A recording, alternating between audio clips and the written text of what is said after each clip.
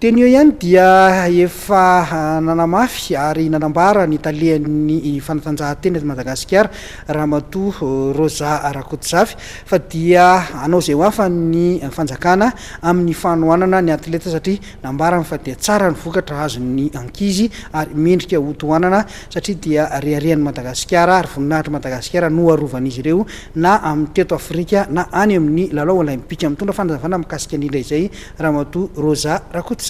Zava-dehibe ho an'ny ministera an-tanora sy fanatanjahantena le vokatra satria izao zany zao vokatra entin'ny taranja fibatana fonjam-by izao dia manam-pirofo fa manana ny toerany Madagasikara, manana ny lazany Madagasikara amin'ny tontolon'ny fanatanjahantena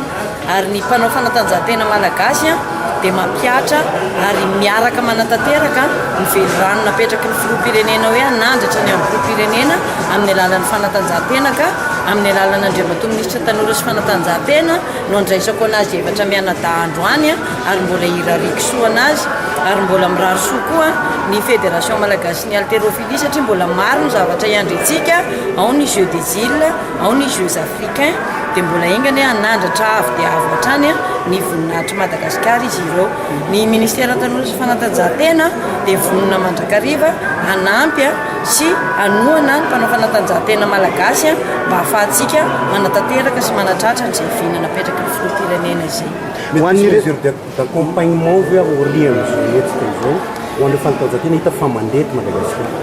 Raha ny hevitra efa mandeha zany ao anivon'ny ministera dia tsy maintsy ho asiana izay le mesure d'accompagnement teneninao izay satria hita zany hoe misy ny fédération tena mitondra vokatra be dia be dia mendrika ny hoe tena ho ampiana, misy koa ny fédération izay tokony mbola mila manao ezaka mba ahafahantsika hoe mitovy zany ny lanjan'ireo fédération rehetrarehetra ireo fa tsy maintsy izy zany ny fanampiana hoentina ho an'ireo fédération izay manao ezaka. Ho an'ireto ankizy reto mbola manana compétition efatra izy hiadivana ny tapakila makany amin'ny lalao olimpika aiza ho aiza ny mety ho fahavononan'ny ministera amin'ny fanohanana azy ireo na amin'ny lafiny rehetrarehetra. Ny ministera mitohy ny stage efa hiditra indray zao tsika amin'ny stage ny Jeux des îles zareo nefa amin'ny atleta matianina anazy vao avy mitondra avy ny voninahitra Madagasikara tsy mijanona hatreo ilay fanomanantenan'izy ireo satria ny tanjona dia mba hahazoana an'izay tapakila mandeha amin'ny Jeux olympiques 2020 izay ary manana ny toerana zany reto mpanao fanatanjahantena mibata fonjam-by reto dikan'izay zany handray an-tanana ny fikarakarana anazy ireo ny ministera ny tanora sy fanatanjahantena mba ahafahan'izy ireo manana kalitaona préparation ahafahana miatrika an'izay akoatran'le fidirana makany amin'ny stage ny Jeux des îles moa zany satria ny antsika dia mifampitohy zany ny préparation rehetrarehetra araka ny efa teneniko teo aloha hoe mandeha ny préparation Jeux des îles, mandeha ny préparation ny